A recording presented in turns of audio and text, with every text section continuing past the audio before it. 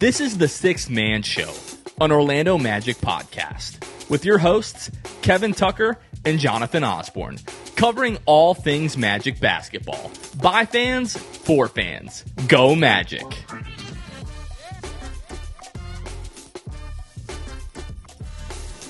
What's going on, Orlando Magic fans? You guys are back with the Sixth Man Show. Today is March 6th, 2025. Jonathan Osborne, as always, joined by my co-host, Kevin Tucker. Kevin, what is going on? We're here doing this again. Another show after another loss. What is that? 4 in a row now for the Magic. So we are officially in not even the dog days of summer, just the dog days of the season as we wind down. What is it? 19 games left or something like that. And wow, how the turntables have turned, as Michael Scott would say.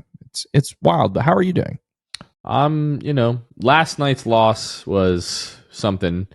You and I jumped on the post-game live and we talked for a few minutes just about the loss and then the ridiculous nature in which it happened. And it just feels like this team is inventing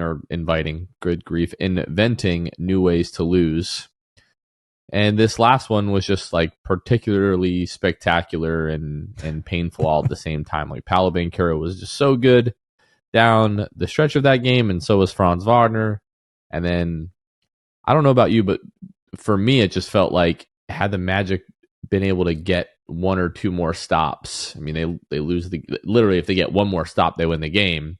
But like just a couple of other stops over that last 5-minute stretch, and you probably win this game by 5 or 6 points. And sure, it's kind of annoying that it came to that, but we all would have just taken a win. And then Paolo hits the free throws with 4.8 seconds left to give the Magic a 2-point lead. And then Jacoby freaking Walter hits a three, in which there were the 2-minute report shows that there were 2 missed calls in the last 5 seconds of this game, both went against the Magic, that Orlando Robinson illegally screened Kentavious Caldwell-Pope on Jacoby Walter's go-ahead three, and then Orlando Robinson commits a loose ball foul on Wendell Carter on the final tip-in attempt. What are these 2-minute reports for? Like, are these refs getting suspended? It doesn't seem like it. And then when it's blatant and clear and obvious that the officiating decided the game at the end, it's not like they go back and say, okay, here's a couple of free throws, and if you make these, you win the game. It doesn't do anything except make people mad. Yeah, it's interesting. I guess I haven't really thought about that. Like, because there's never been any kind of repercussions from a last 2-minute report ever. Like, you're right. They never come out and say, well, because of this, we're going to do X, Y, and Z. It's just like, hey, here's a statement of fact, some of which we already knew. It's just, a lot of times when we get those and it's like a bad call, it's like, yeah, we knew it was a bad call, 20 hours ago before this came out. So yeah, there's not a whole lot that the NBA can do or will do. But yeah, well, there's plenty they can do, but they won't. Yeah, I don't know. It definitely does get the blood boiling a little bit more, as if we need that as Magic fans right now. Yeah, your Orlando Magic currently 29-34, 8th in the Eastern Conference now. I don't think it really helps anybody to talk about how many games behind we are of Cleveland and Boston and New York. You're now 6.5 games back of Detroit. You're a game and a half back of Miami. You're a half game up on Atlanta, and you are 4.5 games up on Chicago. So with a Magic loss and an Atlanta win, we would be the 9th seed in the Eastern Conference. So we are officially, not officially because we have been, but we are keeping up with the play-in watch. It's where the Magic are going to end up. I would bet a lot of money if I could bet, like whether or not the Magic would end up in the play-in, because it's kind of where we are. But what really sucked about Tuesday's game is just how good both Franz Wagner and especially Paolo Banchero were. Paolo plays 40 minutes, Franz plays 36. Paolo had 41 points, 14 of 20 from the floor, 4 of 5 from behind the arc, including a couple of huge ones and really difficult ones late, 9 of 10 at the free throw line. 8 rebounds, 8 assists, 4 steals, a block, only 3 turnovers. And Franz in 36 minutes, who the last 7 of those minutes was super hobbled on one ankle. 28 points, 11 of 23 from the floor, 3 of 7 from behind the arc, 3 of 4 from the free throw line, 5 rebounds, an assist. Both of those guys were awesome. Kentavious Caldwell-Pope was pretty solid, especially in the first half. Tristan Da Silva was really good in the first half as well. Each of them finished with 12 points. Corey Joseph, 8 points in 26 minutes. He was okay. Wendell, 2 points. J.I., 3 points. Goga, 2 points. Anthony Black, 5 points. Jet Howard, 0 points. Historically bad offense when you think of the level of talent that this team has. Just, I don't have to tell you all. If you're listening to the show at this point, you know how bad the offense has been. And yeah, a game that you absolutely needed to win. 2 games in a row now that you absolutely needed to win. And you lose 2 games to the Toronto Raptors, who are actively trying to lose these games. No Jakob Poeltl, no Scotty Barnes, no Emmanuel Quickley the last few minutes. They pull RJ Barrett, I think you said, with 90 seconds to go in this game. Toronto wanted to lose the game, and their rookies and G League guys won them the game. That's the toughest part of this to me is especially against any team, but especially Toronto, right? You're playing Toronto, a team we don't really like, and they're able to do that. They're able to pull their guys, and albeit miraculously, but those guys knocked down some crazy shots to win them the game and made one more play than the Magic. And you talk about the offensive output or lack thereof, Paolo with 41, Franz with 28. Those guys also shot the 3 ball really well. 80% for Paolo, 4 of 5 from 3. Franz, 3 of 7 from 3. The team shot 41% from 3. But if you take away Paolo and Franz and Tristan Da Silva, who was 4 of 5 from 3 in this game, you take away those 3 guys, the rest of the team shot 21% from 3.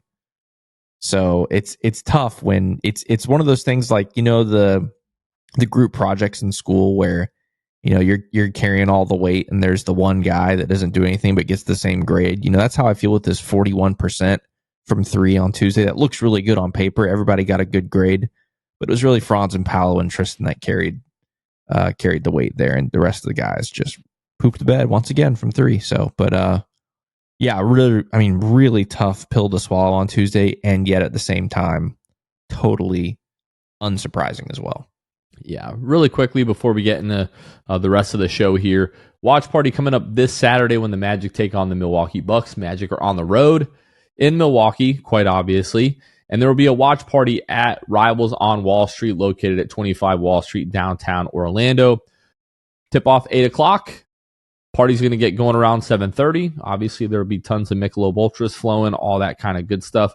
So if you're looking for some Magic fans to hang out with Saturday night, and maybe to just hang out and commiserate with, misery loves company.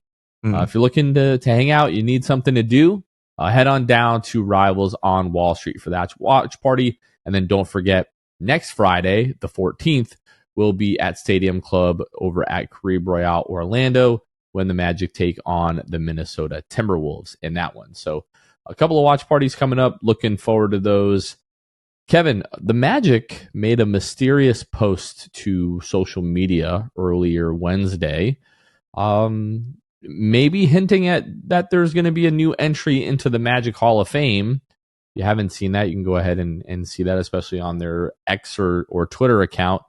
So we thought maybe it would be fun to talk a little bit about who we think it might be. And they probably wouldn't be making that video if somebody wasn't going to be inducted into the Magic Hall of Fame. The last inductee we had was Dennis Scott back in 2023. Obviously, last year we had the jersey retirement. So maybe that ceremony was in place of, bringing somebody into the Magic Hall of Fame. But what do you think? First off, I think it'd be good to remind everybody who is in the Hall of Fame. So you mentioned Dennis Scott. He's the latest inductee, but going through chronologically, it was Nick Anderson. He was first. Then it was Shaq, Rich DeVos, Anthony Hardaway, Jimmy Hewitt, Tracy McGrady, David Steele, Darrell Armstrong, John Gabriel, Brian Hill, and again, Dennis Scott. So that's who's in it. The notable absences from that list, I could think of a few. I can think of guys from the 2008-2009 team. Obviously, Dwight Howard, Jameer Nelson, the first to come to mind. Turk Lou, Rashard Lewis, those guys could be there. A name, though, that might be a little more under the radar, and yet it's right in front of us. What about JT? What about Jeff Turner? I like it. I don't know. I think it could be him. Bo Outlaw. Bo Outlaw, great shout. Yeah, lots of options. Stan, I don't know. I mean, I feel like they might have tried to line that up with the TNT game last Tuesday, but glad they didn't because that wasn't fun. But anyway, yeah, I think it could be really any number of those guys. Anyone else you're thinking about? No, not really. I'm hoping that it's Dwight, just because he's the greatest Magic player of all time when we start talking about the resumes and everything like that. So I hope it's Dwight. I would love for it to be Dwight, and that just kind of feels like the final piece of like both parties kind of like reconciling and moving forward, with a pretty healthy and solid relationship. Feels like we've gotten there with, it seemed like we were there with Shaq, but anyways, but it feels like we're there with Penny, with T-Mac and, all those other guys that are listed there. I think it's time. We were at Game 6 last year, Game 6 of the playoffs against the Cavs when Dwight showed up, and I felt like a child again, seeing him, and they were very clever about putting him on the video board with Rashard. So it was like, you can't boo because Rashard's there. Yeah, I would have been interested to see what would have happened if it was just Dwight up there. I like to think that there wouldn't be many boos. There would be more cheers than anything. And I feel like we've had enough time in between that. It's going to be 13 years, I think, this summer since the Dwight trade. Mm-hmm. And I just think it's time. And, most of the time when you bring up Dwight Howard, I feel like the temperature has exponentially cooled over the course of the last 3-4 years. Like, as the Magic have started to get good again and entered into this new era with Franz and Paolo, it seems like the arrival of those guys, because you used to bring up Dwight Howard's name on Twitter and people be, F that guy, I hate that guy, blah, blah, blah. Nowadays, much more, you get a much more like chill response, I would say, from Magic fans. Yeah, it's funny looking at the calendar. A couple reasons. This isn't it, but because of the short notice. But isn't it interesting that they put this out the day before Nikola Vucevic comes to town? That's kind of fun. Obviously, we would have known by now. Orlando Magic Hall of Famer. Future. We would have known by now, if that would happen. Plus, they wouldn't do that for a current player. But I was looking at the schedule. The only game, as far as let me go back. When they inducted Darryl Armstrong, which right now is an interesting topic, a guy that's in hot water potentially for some pretty serious allegations, but they scheduled it when the Mavericks were in town because he's assistant coach for the Magic. Mavericks was looking at the schedule. There's only one game that I see remaining on the home schedule that could be something like that. March 24th, Los Angeles Lakers come to town. JJ Redick? Do you think it could be that? Hell no. Okay, come on, right. man. If it's JJ before Jeff Turner, we riot. Good grief, dude. JJ's like 30 plus on the list. Yeah, man, maybe not then, quite that I far. have no idea. I have no idea outside of that, unless it's like some of the guys we said, or I don't know, Scott Skiles or Alex Martins. I mean, who knows? Could be Scott anybody. Skiles is too soon for me. I agree. 100% agree. I probably... Evan Fournier? Stop, man. Stop. Oh, okay. I love Evan Fournier. Not a Magic Hall of Famer. Aaron Gordon, because of the dunk contest? Maybe. No. I would put Aaron Gordon in before I put Evan Fournier in, and that is coming from the Evan Fournier guy. Nope. No, thank you. I'll pass on both. No, I probably wouldn't, but I'm just saying if I had to choose one of them, it would be that because of the significance of that. So yeah, be exciting to see who that is going to be. Kevin had the fantastic idea because of all the stuff that's going on, and because every single one of these pods for the last 2 months feels like they're exactly the same and talk about the same things. And nothing has changed between Sunday's loss and Tuesday's loss. For me, I don't think there's anything new that we can say or profound that we can come up with. But Kevin had the great idea. What if we did a mailbag episode to kind of like break things up a little bit? And I thought that was a fantastic idea. And two of our team members thought that would be a fantastic idea as well. So these are the first two questions that we got. Number one, who is the sexiest member of the crew and why is it Fazan Amer? This comes from at @FAmer __ on X. I wonder who that is. Sexiest member of the crew and why is it Fazan? Yeah, it's not Fazan. Who is the sexiest member of the crew? I'm going to say me. Oh, really? Unbiased opinion. I'm going to say it's me. Unbiased opinion. Okay. Yeah. Well, I'm not touching this question at all. So, yeah. And then, great. Who's got the most hair in six-man show co-host history? William Robles does, as a matter of fact. There you go. It's not Luke Sylvia. I know Luke was hoping that maybe it would be him. But, yeah. Maybe currently it could be Luke, but Will's got a very ferocious beard. Kevin would be really close because he does have a ferocious beard, but unfortunately has nothing up top. Yep. And I've got some on top and very little on the face. So, yeah. See. But yeah, those are the kind of questions that we get from people who actually contribute to our team. That just shows you kind of what we're working with around here. It'd sometimes be your own people, honestly. But yeah, we can work through some of these. What you'll find, folks, is there's a wide range of these questions. There's very pointed Orlando Magic questions like, why are we struggling? And then there's random questions about food and about, whatever, all kinds of fun stuff. And so, yeah, we can go through some of these. I want to do this one first because we just mentioned his name, just talked about Jeff Turner. This comes from DB Hooper 34. Says, if Jeff Turner were to retire from broadcasting tomorrow, which current or former Magic player can you see taking that job? Michael Carter-Williams and Terrence Ross seem like the obvious picks. Anyone else come to mind? That's a very good question. I haven't thought about it. First off, I don't want Jeff Turner to retire. Definitely not. Forever. He can do this forever. But if he were, do you have any guys in mind other than MCW and T. Ross? So there are people that I can think of in a vacuum, but I feel like they have to be able to play off of David Steele. So that kind of changes things. Like somebody who doesn't have a very long or illustrious career with the Magic, who I think would be an awesome color commentator, would be Joe Ingles. Oh, yeah. Maybe not the best fit with David Steele, but like just, cracking jokes and all that kind of stuff. I feel like Joe Ingles would be a really good one. Especially if there could be an unfiltered broadcast, like that would be highly entertaining. Definitely. And I think, the broadcast appearances that we've seen from MCW, but Terrence Ross in, the few appearances that he's made, I really like what he's brought to the broadcast. I don't know if he would want to do like play-by-play especially, but what about you, Kev? Who comes to mind for you? I was going to say really fast, let's restrict it to just current team members, current guys on the roster. Who would you pick? Cole Anthony, yeah. That 100%. Would certainly be the best bang for your buck as far as entertainment value goes, I think. I'm with you. If I were to pick like just like X's and O's, good analysis. Mo Wagner would be a great one, I think. Yeah, but he's the mix. He's the hybrid. He's a good hybrid. He'll give you that, but he'll also give you some comedy. I think Franz would be very good. Franz is a little too reserved. Well, that's what I'm saying. But he would give you like good in-depth X's and O's analysis. That's what I think.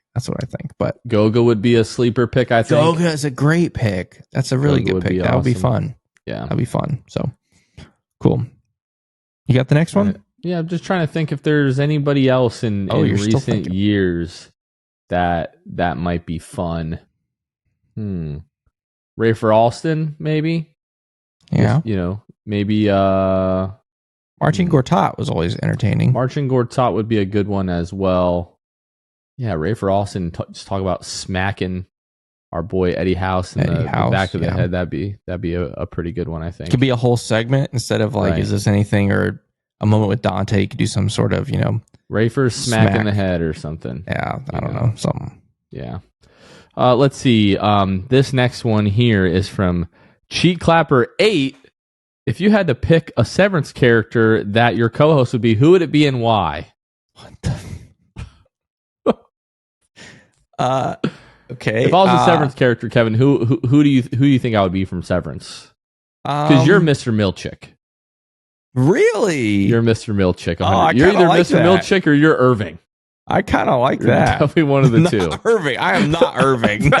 Get out of here, bro. I'm not saying you're the exact same guy, but definitely likes to stick to a specific structure and is a good teammate, that kind of stuff. Yeah. Likes to investigate things, and Yeah. That's right.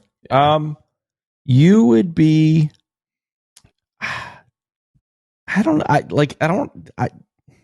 Probably just Dylan. I don't know. Dylan's a funny guy. I love Dylan so much. He's so funny. I wasn't sure if that was going to be offensive to you, but yeah, no, I think he's very funny. And Carmen and I have he just seems like he was like a child who just grew up and has no idea what is going on. That's right. And just has absolutely no filter. I find him, and he also just looks like a baby that has a beard. Yeah, just like his facial features. He looks like an adult that had one of those like Snapchat baby filters. That's what I think. Yes. He looks like he looked in. Yes, he does. Yeah.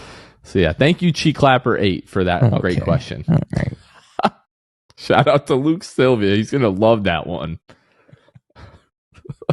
Next question. It's my turn. Okay, whatever. Okay. I really like this one. It's not a question, but it was very, very kind. FK280507 says, not a question, but appreciate you guys for still being so communicative in these turbulent times. Heart sign. Thank you so much. Appreciate that. We do our best. I appreciate that, but it's like, what else are we going to do? We're just going to not talk about what's going on. Definitely can't do that, even though maybe sometimes we should, but yeah.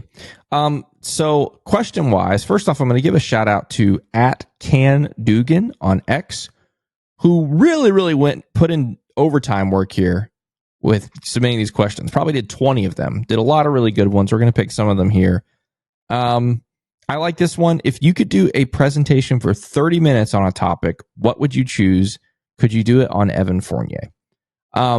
So I say the ground rules for this one, it can't be the Magic, and it can't be like work related. Like obviously you could, like the stuff we expertly know as part of our jobs, you could talk for 30 minutes on that. What's something outside of those things that you could talk about for 30 minutes? I could talk about food for 30 minutes. Like if you wanted to know like some of the, like what are the like ranking fast food establishments, or like what I'm going to this fast food place. What should I get? What should I stay away from?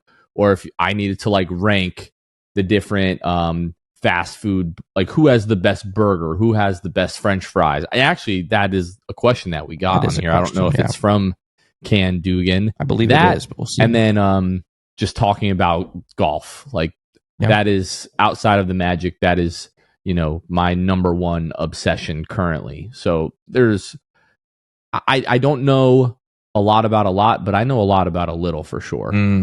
Love that. Yeah. Mine would probably have to be sports related in some way, not the Magic, but I'm sure I could talk about, I don't know, lots of different sports things or sports venues. That's something I'm passionate about. Some of my favorite sports venues in the world. I don't know, something like that. But I could also talk about food. That's easy to talk about. But yeah, that's a pretty fun thing to think about. Yeah, good question there from @Can Dugan. I'm gonna go another Can Dugan one because this one is pretty extreme. It says, would you donate a kidney to Jalen Suggs? If it was going to save Jalen Suggs' life, I would and I was for sure a match. I would give a kidney to Jalen Suggs. Obviously, I don't, maybe not obviously, but we do have a somewhat of a personal relationship with Jalen. We try not to let that get in the way of the way that we analyze the way that he plays or does not play. But I need to know what the context is. Like, would you donate a kidney to Jalen Suggs to save his life? Yeah, probably. Would you donate a kidney to Jalen Suggs for the Magic to win a championship? Absolutely. 100%. You donate a kidney to Jalen Suggs and the Magic win a championship, and you can guarantee that my other kidney is relatively healthy for the rest of my life. I'm a guy that drinks a lot of water as it is, so I'll be good with that. And one of my best friends actually donated a kidney, and he's doing pretty well. If it was you do this, Magic guaranteed to win a title, I would do it in a heartbeat.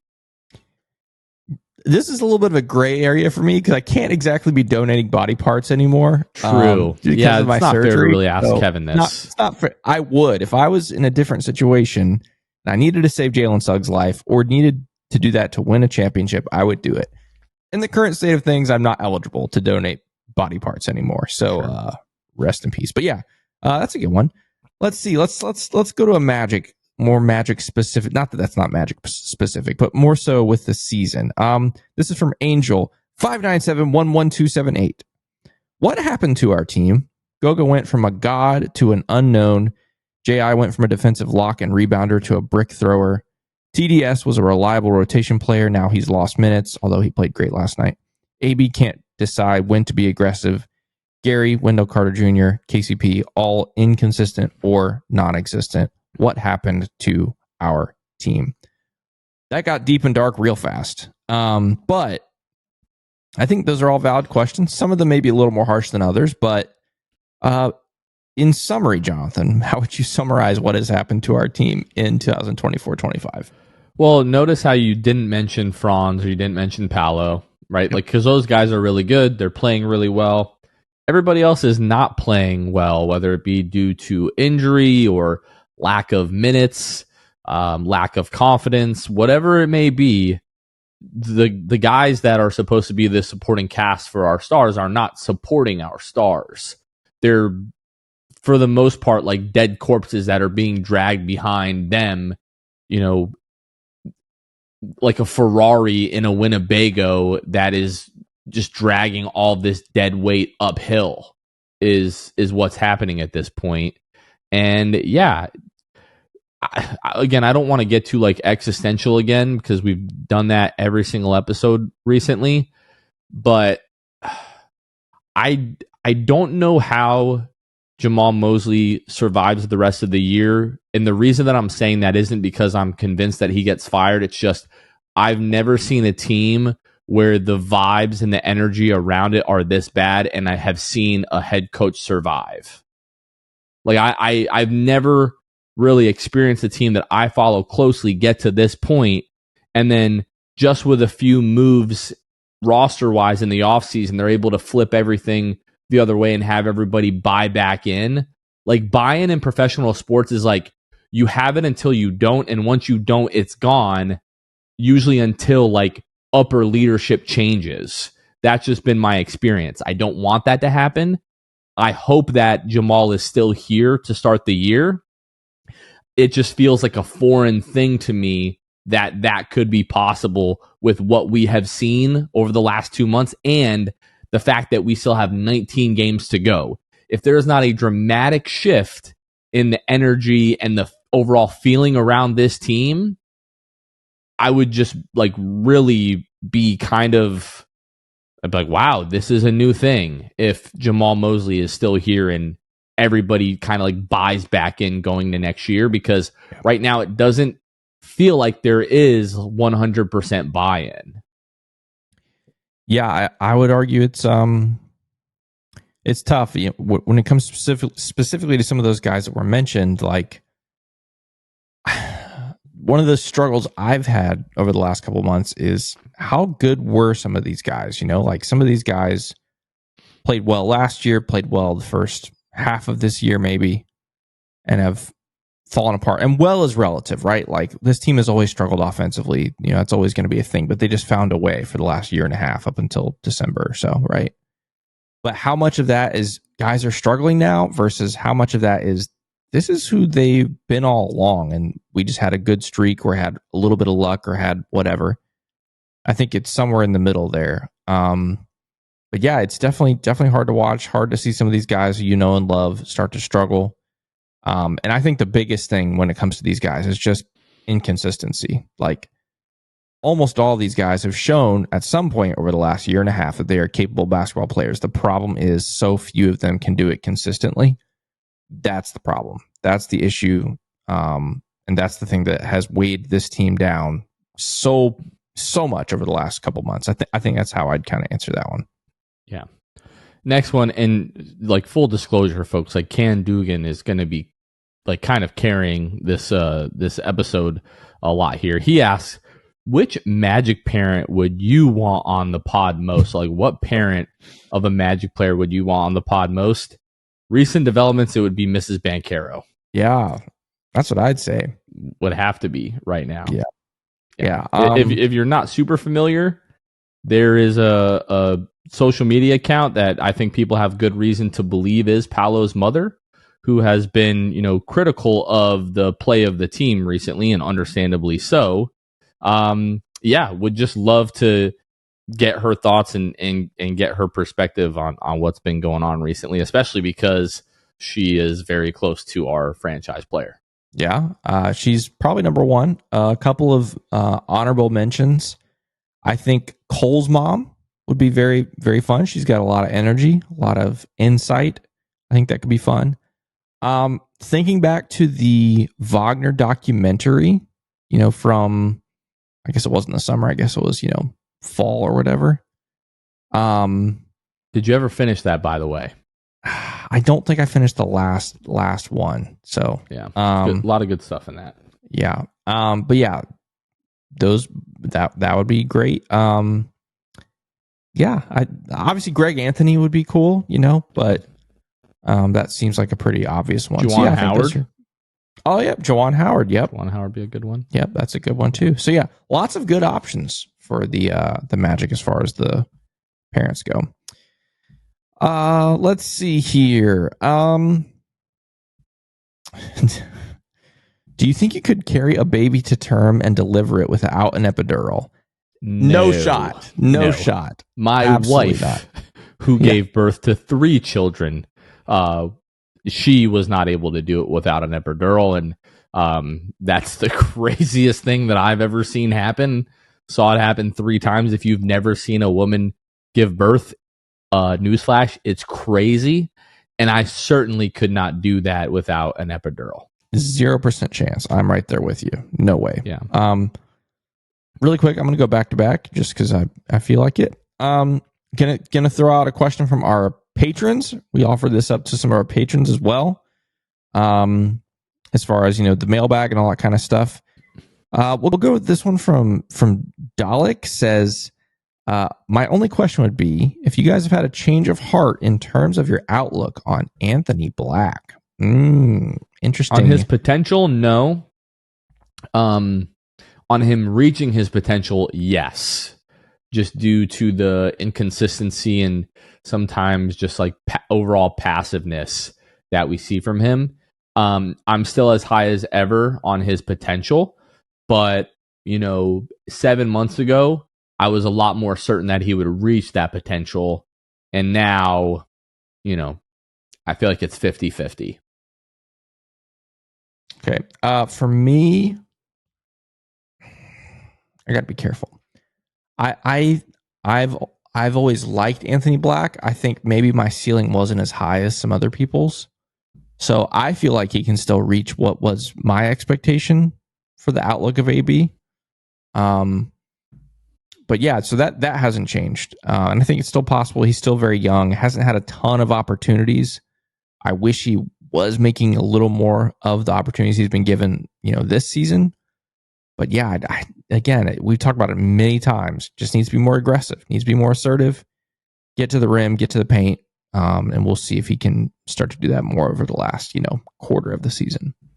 We've got another question from our Patreon Discord. This one's from Ryan Singh. He says, is there a chance the Magic sign Kyrie Irving or Anthony Simons next year?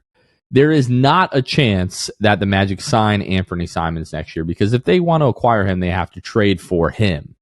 I do think there is a chance they trade for him.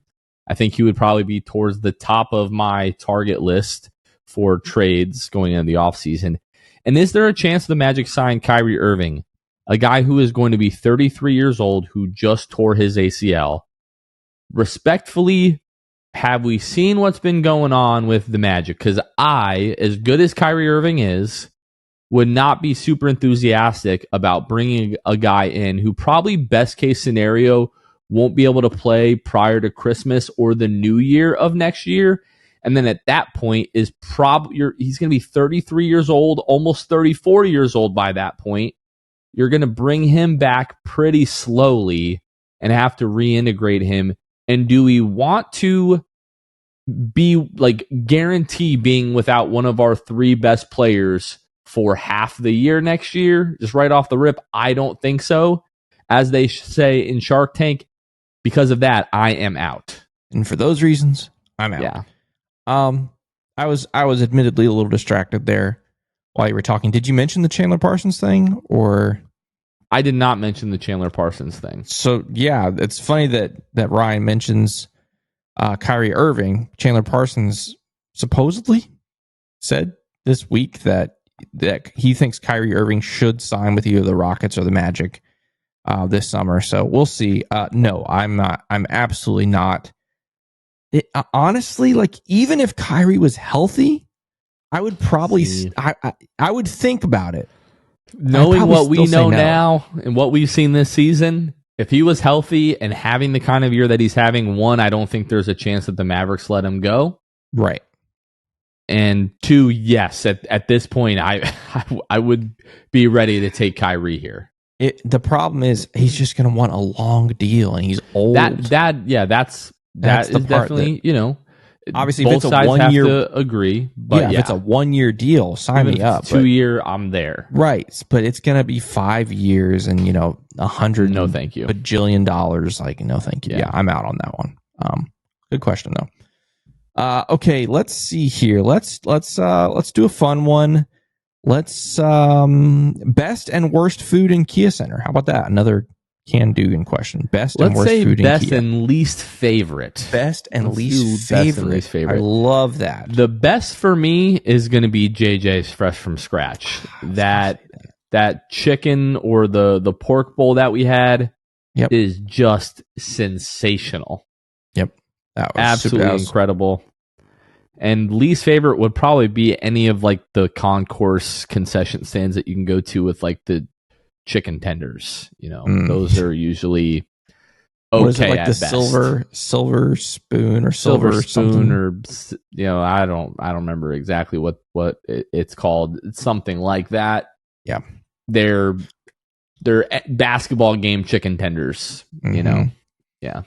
I was gonna say JJ's as well. But first off, by the way, shout out. This is from our Orlando Table Initiative video that we get to try some of this stuff. So if you haven't seen that, go check that out on YouTube. JJ's Fresh from Scratch, really good. Dessert, like the whoopie pies from the Naughty Lobster. Those were crazy.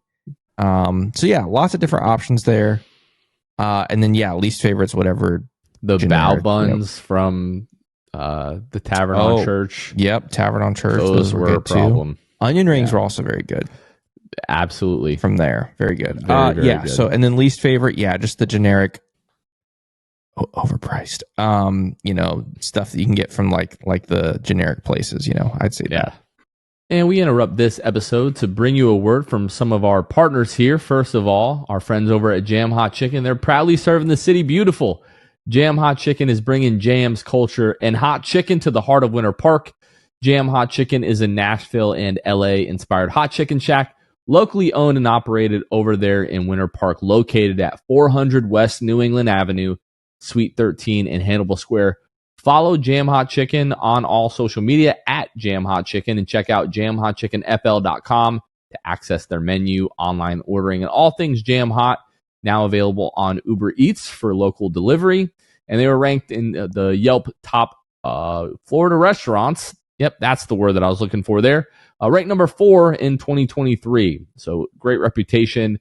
They have influencers and different accounts going through there all the time reviewing the food. It's fantastic. All of our listeners, every time they've gone for their first time, they share the same thing with us. That is some of the best chicken that they've ever had. I will be stopping at Jam Hot Chicken in the next week or so. Definitely looking forward to that. Be sure to check out Jam Hot Chicken and let them know that we sent you. Also want to shout out Gear 95 Shred, Edmund Lagone, Magic Wired, Chantsu, and David Duffy. Those are 5 of our Hall of Fame and Elite tier patrons. Who are our patrons? Those are the people that financially support the Six Man Show. They're the people that are totally bought into our mission, which is to raise and elevate this Orlando Magic fan community to new heights that it's never seen.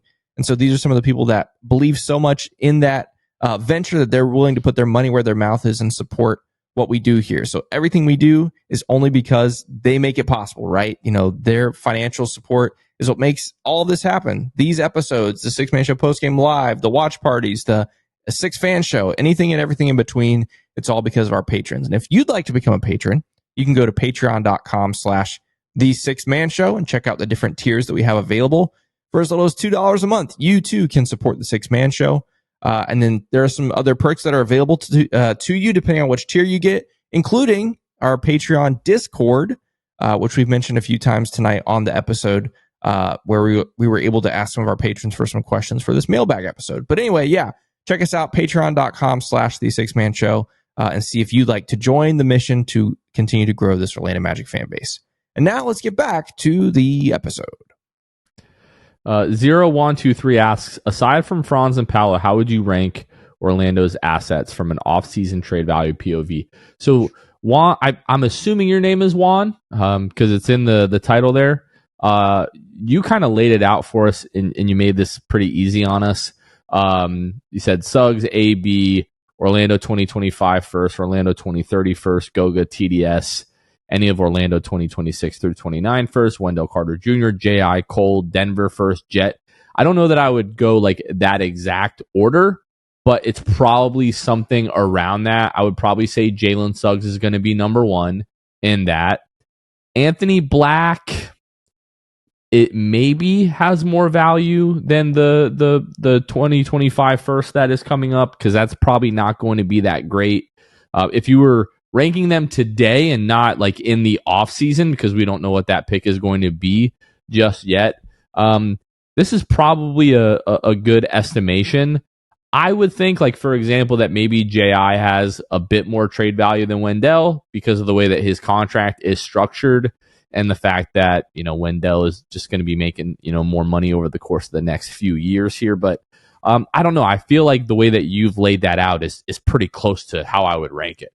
Yeah, I think the ballpark is there. I agree about J.I. I think he's above Wendell the contract is significantly different. Yeah. You know, because J.I.'s got a ton of money this year, and then it drops off really hard the rest of the way. But yeah, I think your blueprint here is pretty good. No complaints. 10 out of 10. Good job. No notes. All right. How about this one? What's a Magic related name for a dog? What's a creative, clever? Well, I named my cat Paolo, but that's for a cat, obviously. Yeah. A name for a dog here. Like Goga feels like a pretty good name for a dog. Yeah. Shaq is also a good name for a dog. Like if it's like a Rottweiler. Yeah. I'm looking for puns here, Jonathan. I'm trying to find a good pun for the name, you know? Like well, it's Wagner, but Wagner. Yeah, because they wag their tail. That's a great example. That's good. Yeah. I'm trying to think of stuff and rough. You know, some way you could rhyme those. You know, rough. You know, I don't know, something like that. But yeah, there's a lot of options out there. Yeah, I think I'll have to think on that one. I think we can do better. I think we can get some pretty good stuff there. But okay. Really quick, how about this one? Which Magic player would you most like to take on a 7-hour road trip? And who's the last one you'd like to take a trip with? So who do you want to be stuck with in a car for 7 hours? Road trip. I'm going to say last is Cole. The only reason for that being is like a few weeks ago, the Magic put out one of those like social media videos that they do like after practices. And everybody was talking about how Cole needs to stop farting. I don't want to be in the car with Cole Anthony who's farting for 7 hours. Probably don't want to do that. I would probably pick Jalen just like because of the vibes. I feel like he would be a great hang and could have good conversation with him.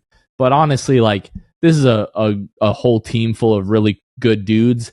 If I could get a guarantee that Cole wouldn't fart for 7 hours, like even if you could keep it to like 1 hour of farting, I would probably be fine with any of these guys. Or 1 per hour, maybe something like that. Or 1 per hour, probably. Like a whole hour of farting would probably be pretty tough to get through.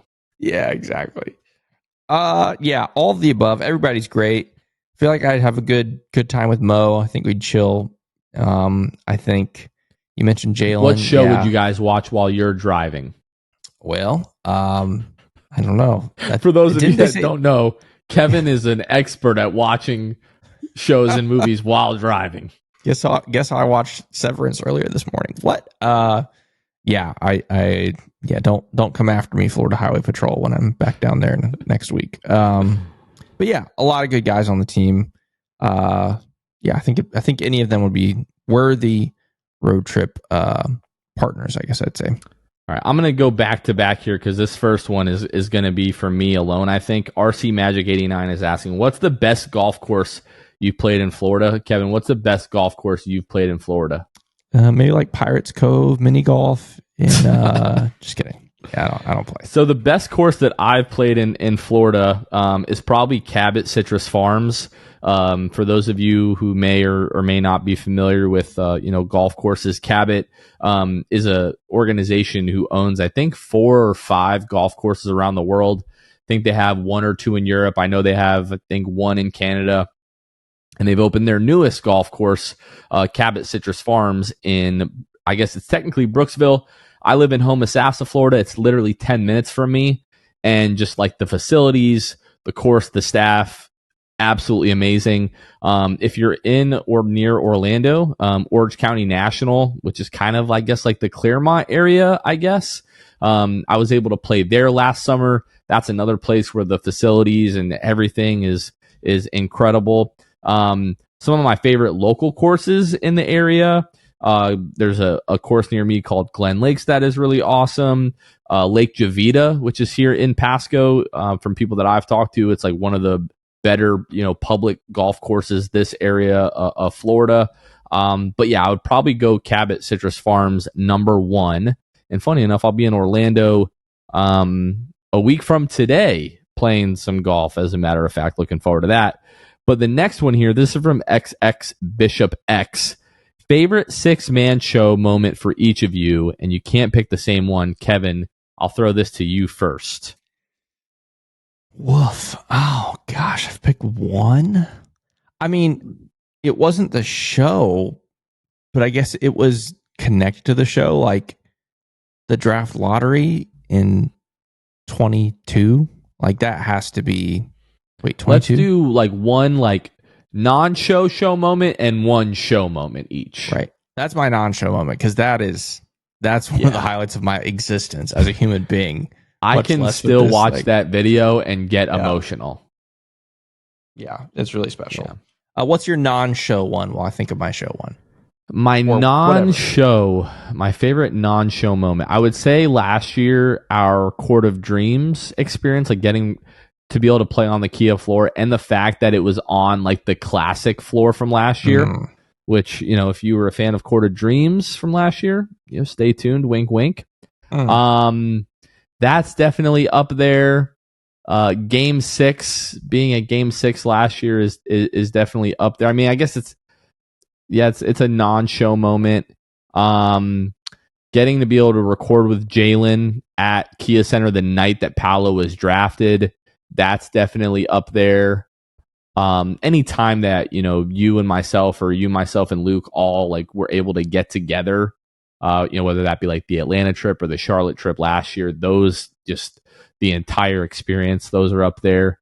Like thinking about those fish tacos from the No Mas Cantina next to the Superdome, and is it the Superdome? Nope, or the Mercedes-Benz Dome. Correct, yeah. In Atlanta. Mercedes-Benz Stadium, yeah. Whatever. And then the Midnight Diner, or was it the Midnight Diner or Midnight Cafe in Charlotte? Yeah, but that was awesome. You're sitting here spouting off every single one of the best moments of our history. I gave one. You gave all of them. I've got nothing to say now.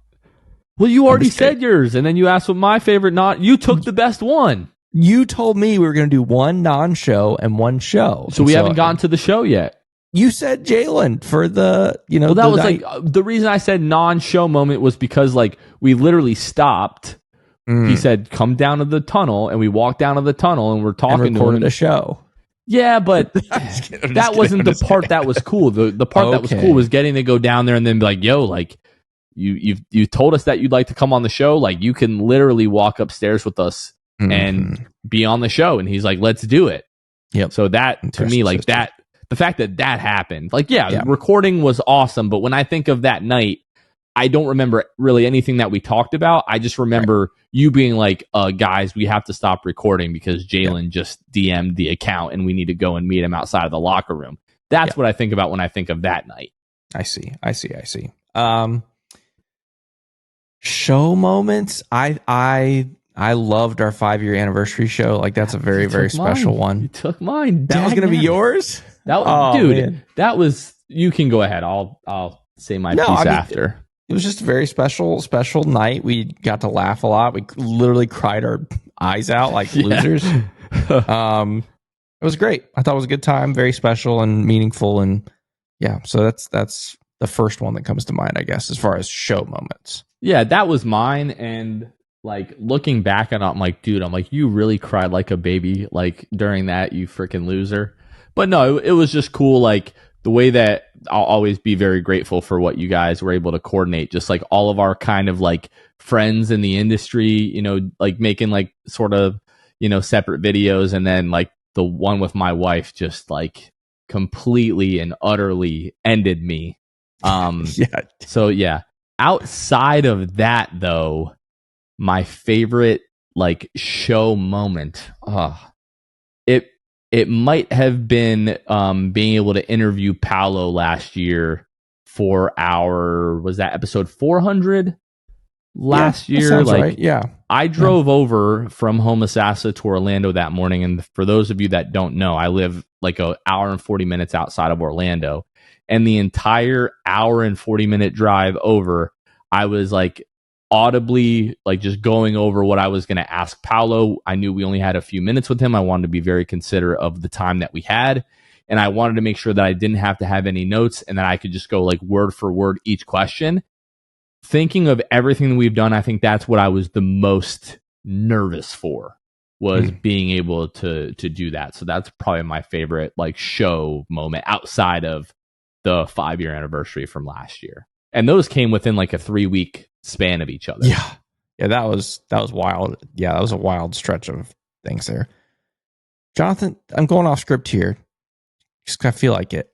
Are there any moments in 502 episodes now that are like that's a behind the scenes moment that didn't make it to air that we can actually say out loud that people would find entertaining or fun or, I don't know. I'm trying to think like, what made me think of it was we the probably George have Carl 50 of them with you, myself, and Luke. What I was going to say was, what made me think about it was the George Carl interview, which was public, but like that was such a wild experience because he's a wild dude. That dude is a wild man.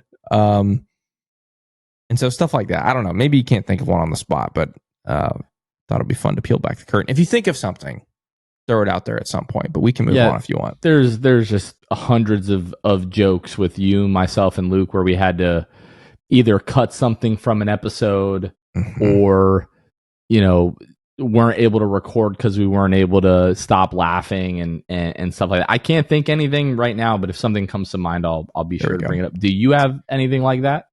Not anything I can say on the show. Yeah. I'll see if there's something I can find that we can say on the show. All right. I love the roller coaster that we're on right now. It's like funny, serious, like desperation, like this one. Jonathan and Kevin. This is from CC01225415. Jonathan and Kevin, I know y'all have supported Mose a lot in the past few years and even given him shouts for being coach of the year in the past 2 seasons. The offense has been historically bad for months. Do y'all still think he's the guy for a title team? That is the $1 million question that I feel like is on everybody's mind and even heart of late. You kind of answered that earlier a little bit indirectly with the other question. Do you have anything you want to add to that when it comes to Jamal Mosley? My answer is I don't know, but I'm not paid to know. I have no idea. I don't know enough about what goes on behind the scenes in terms of, I feel we have a pretty good idea that he's a good communicator with his staff, with the players on the team. But again, like we don't even really know everything that a head coach does and like what his assistants are responsible for and those kinds of things. ultimately he gets a lot of the blame in terms of the results and gets a lot of the credit for the results as well when things are going well. This might be a cop-out, but I literally, genuinely don't know. But I will sleep well tonight knowing that I ultimately don't have to be the one that makes that decision. Yeah, for me, I'm not ready to dismiss Jamal Mosley yet. Is he perfect? No. But I mean, again, guys, we are less than 3 months removed from him being a top 2 coach of the year candidate, because he was quite literally working miracles with a shell of a roster with all those injuries, right? Plus, that's not even factoring in what he's done the previous 3 seasons, right? How the team has gotten better and better every year. So I do not believe that 6 to 8 weeks of bad basketball should negate the previous 3.5 years, pretty much. That's where I am. I think he's earned the ability to finish this season and start next season. I hope the roster looks different at start of next season, give him some more things to work with. But no, I'm not out on Mose. Do I think the last question was, do you still think he's a guy for a title team? I'd like to think so. I really like the guy. I love his energy. I love how he's totally changed the culture, and I feel like I've always felt he could grow with this team and grow into that, being a championship head coach. But really, that kind of remains to be seen. We'll see. Yeah. All right. Can Dugan wants to know top 5 fast food fries. For me, number 1. Okay, do we consider Wingstop fast food? Probably not. Because I had Wingstop for the first time a few weeks ago, and their fries are, I don't know if they put their lemon pepper seasoning on them or whatever it is, but they're really good. So we'll just go with like more traditional fast food. Yeah. Okay, I have to ask this. Does Five Guys count as fast food? Do you have to have a drive-through to be considered fast food? I feel like you do. So like Five Guys, probably more like quick service kind of. Yeah. Not necessarly fast food. Okay, fine. Technically Chick-fil-A is the same, but yeah, we'll keep Chick-fil-A. They like to say that Chick-fil-A is fast food, okay? That's right. They work quick service so that they don't have the fast food kind of stigma, but they're fast food. They got to drive through. Yep. Number 1, I'm going Arby's. Heck yeah, brother. The Let's Arby's go. curly fries, the seasoned fries, just top tier, no notes. Fantastic. Yep. Let's go. Love that. What do you have number 2? It's hard because like I'm torn between McDonald's and Chick-fil-A, but they're like 2 totally different animals and both taste so good. Don't give me that face. What? What's your number 2 then? Checkers, bro. Oh, Checkers is really good. Yeah. Dude. I wouldn't have it too, but to Checkers me, is very good. we have to go fry for fry. I do not eat a Chick-fil-A fry without sauce. Really? I even do it with no salt. I think they're so good. No sauce. I know. I said I do it with no sauce. You didn't think I said and salt. No salt. Correct. That is outrageous. I have to watch my sodium, Jonathan, for my heart. Pre-heart issues. Well, that's how you get them the piping highs. You get no salt. Dude, they're good. That's crazy. You just get like, it's real potato. It's not all the artificial stuff. It's the I good don't want a potato. If I want a potato, I'd go to Publix and throw it in the oven. Yeah. I want a French fry. I get that. Checkers is really good. Where's McDonald's on your list though? McDonald's is probably 3. Okay, good. That's to me, the Chick-fil-A was more egregious than the McDonald's. I see. But in my opinion, after 3, it's like a significant drop off. Okay. Yeah, I like Wendy's, like the natural cut kind of fries. Yep, Wendy's is very good. What's like the worst fast food fry for you? I'm just not a picky guy. Like the 2 that come to mind for me, Steak and Shake, the shoestring fries, they suck. Burger King's fries, terrible. No, thank you. See, I don't mind Burger King's fries used to be bad. Nowadays, I don't think they're horrible. They're not my favorite. I don't think they're horrible. I agree with Steak and Shake. if they're done right, I think they're pretty good, but more often than not, they're not done right. So they're just a soggy mess, flopping and all that stuff. The other thing with Steak and Shake is you usually get like a few of the fries in the whole box that are like, if it's shoestring and they're the appropriate length, it's fine. But when they're the shoestring and I get to the bottom and I have to hold them, you can't see this unless you're watching on YouTube, but like I have to hold them like they would fit in a newborn baby's hand. Yeah. And I'm trying to dip them in ketchup or like Frisco sauce and eat them at that point. They're just terrible. Yeah. Let's come back to Magic World here. Wait, did we give an official 5? I don't think 5. I have a solid 4. I don't know that I can get to 5. It's kind of everybody's just fighting for the bottom at that point. It's like they're the Magic trying to make the play in. Yeah. Oh gosh. I'd say Arby's, Chick-fil-A, McDonald's, Checkers. Pretty strong top 4 there. What was my 5th one? I was gonna have a 5th one. I don't remember. Burger King, whatever, just to spite. Okay. Here we go. This is from patron of ours, Janine. This is less of a question, more of I don't want to say rant, but a statement. Which I think. Oh my gosh! I'm sorry. I got to go back to the fries. Have you had Taco Bell's fries? No, I haven't. Taco Bell's are absolutely top 5. They might be number 2 over Checkers. What? Yeah, bro. Promise. Okay, next week, can we go get Taco Bell fries? What are we doing next week? Next week, we're going to Orlando for the watch party on March 14th. I got a lot going on next week, so yeah. Actually, Taco Bell's fries we need to go to that new place, that sauce place. We talked about that. We'll look it up. I'll show you. We got to go try it. All right. From Janine, says, I know how frustrating the season has been for us as fans, but I can't imagine how frustrating it is for our guys, especially Paolo and Franz. We get to choose to watch or not watch, go to the game or not. These guys have to face it every day, and they have no control over the front office decisions regarding roster construction. I feel strongly as a fan of our team, part of my responsibility is to support my team. That goes in good times and in challenging times. It aggravates me when people/fans choose to talk negatively about our guys. I guarantee they don't want to be in this position either. I think many fans have forgotten exactly how young these guys are. It's clear they are lacking confidence. It's my opinion that we don't need to add to that insecurity. Maybe I'm just old-fashioned. I guess that was more of a rant. The bottom line is I feel we should support our guys through thick and thin. Thanks, guys. I agree. Are there some players that we give a hard time for how they've played this season? Yes.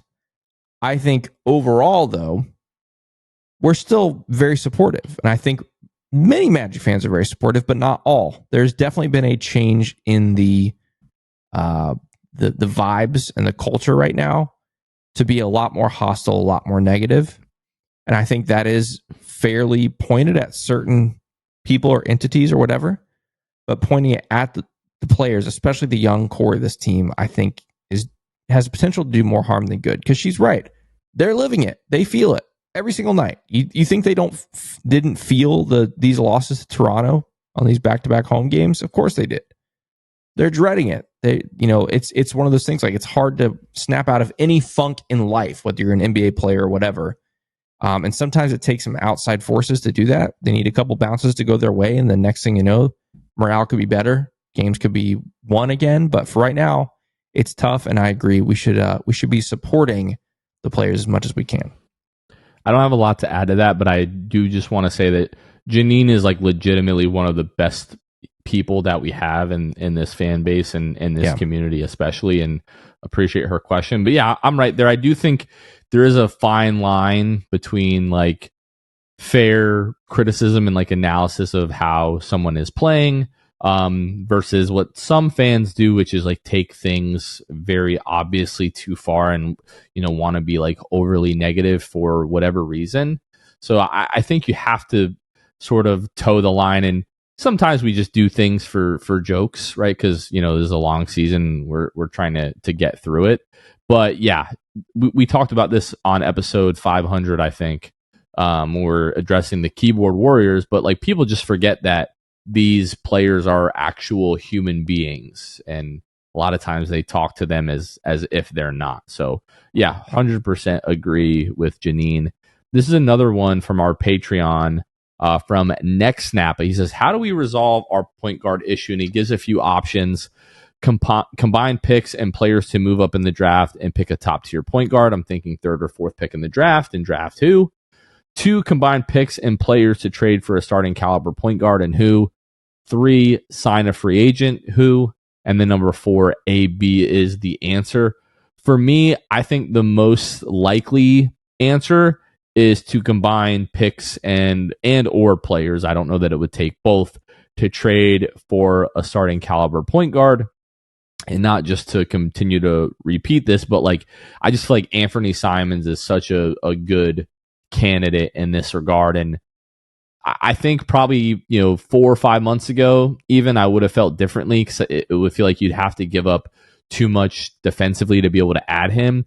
But then I remind myself that for the most part of the season, we've been without either Franz and or Jalen, and we're still second in the league in terms of defensive rating. So I do think we could afford to give up a little bit of defense to add the offense that we desperately need. As long as you're still like a top 7 or 8 defense and we can become like a middle of the pack or maybe even like a top third of the league in terms of offense, I really think we'll be cooking at that point. Yeah, it feels that way. And yeah, I guess if I were to answer the question, I feel the same way. Probably option number 1, combining some of these assets, whether it's picks, whether it's some of the guys, on the back end of the roster, to try and trade for an established lead guard.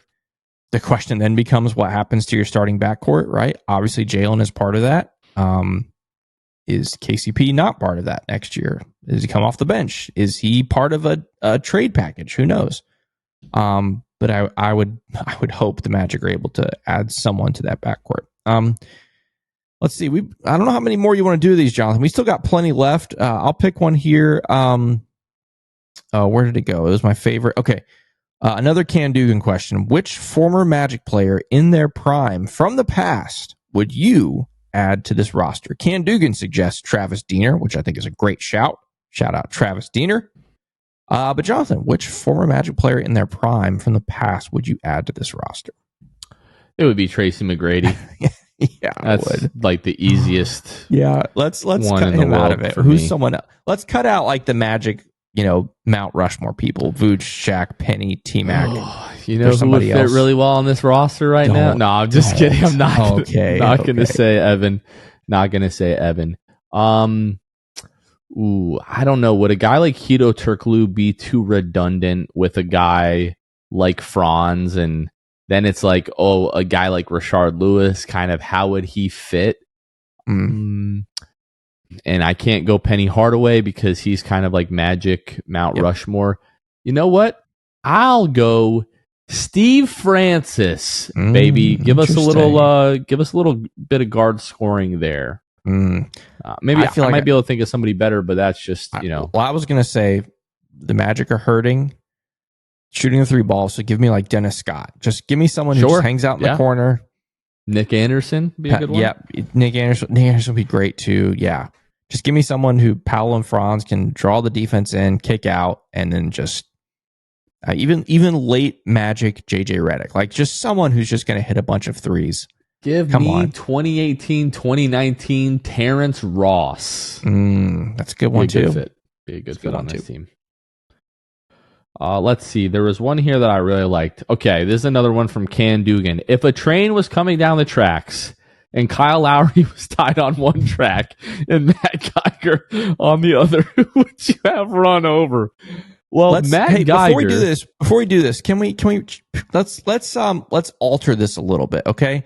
Instead of people being run over by trains and dying, I'm totally fine answering this as is. Let's say what if you're pushing a bed, and the bedpost is either going to stub the toe of Kyle Lowry or stub the toe of Matt Geiger. How about that? I don't want to kill people on the show. Okay, can we just? I would have the train run over the run over the toe of Kyle Lowry. So Matt Geiger, funny enough, he actually lives like very close to my hometown.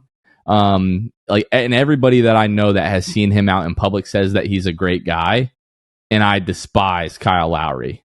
So if I could have a train run right into that big old butt of his, or slam a bedpost into his big toe, it would be Kyle Lowry. Yeah, that's a pretty easy one for me too. I don't know. Let's okay, this is a fun one. Another Can Dugan one. Which player on the team needs to return to a previous hairstyle? Or I like the second one even more. If you could take any player's hair and transplant it onto Jamal Mosley's head, which would you choose? So whose hair? Goga. Whose hair? Goga's hair on Jamal Mosley would be incredible. Yeah, I was gonna say Mo, but yeah, thick, Goga's great sweaty too. mop. Yeah. Yep. Yeah, either one of those, really, really good, really funny. Yeah. Especially like the jet black. I don't mean that as the nickname. I mean, Goga's hair is like jet black. Put that on Jamal's head. That's pretty funny. That's going to be hard to top right there, I think. A player on the team that needs to return to a previous hairstyle. I feel like the only guy that really comes to mind is like Cole Anthony. Like, who else on the team right now has had like a dramatic change in their hairstyle? Marquette. Oh, sorry. Yeah, Cole. Cole's got the dramatic change. This is going to be a hurtful one. Jalen Suggs.